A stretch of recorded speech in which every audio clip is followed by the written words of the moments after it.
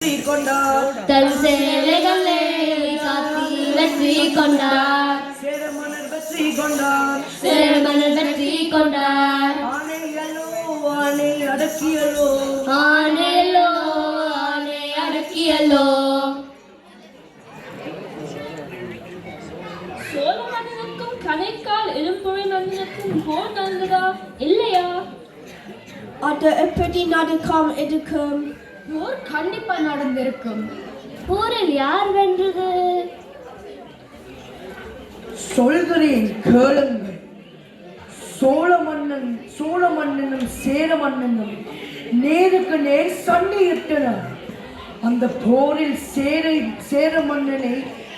மன்னனான கணைக்கால் இரும்புரை தோற்று போக சோழ மன்னன் சேரனை சிறைப்பிடித்தான்.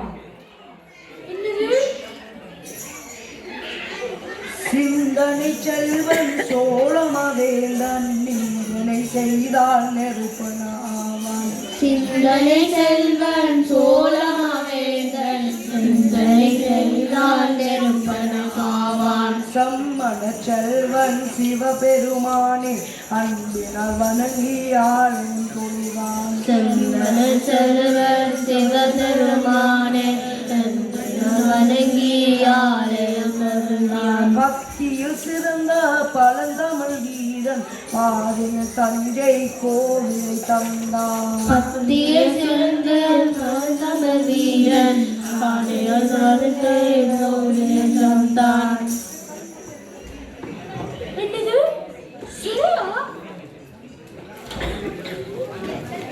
சேர மன்னன் அவமானத்தால் துடித்திருப்பாரு. ஆமாம், நிச்சயமா துடித்திருப்பார்.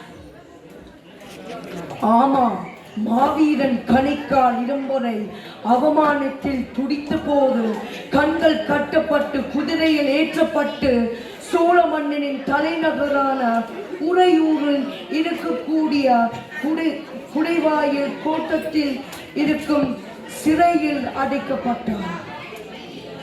இதனால் சேர நாட்டு மக்கள் துன்பத்தில் வாடினார்கள். மக்களது துயரை கண்ட பொய்கையாரனும் புலவர் சோழ மன்னனிடம் சென்றார். அப்ப நல்ல பொய் சொல்லவாரோ? உன்னை போல எல்லாரும் நினைச்சனியா? பொய்கையார் என்பது புலவரின் பெயர். அதெல்லாம் உனக்கு விளக்காது. வேலைந்து கதையை வச்சுட்டு நீங்க கதையை சொல்லுங்க. தான் அவசரமேக்கு சென்றுட்டார்.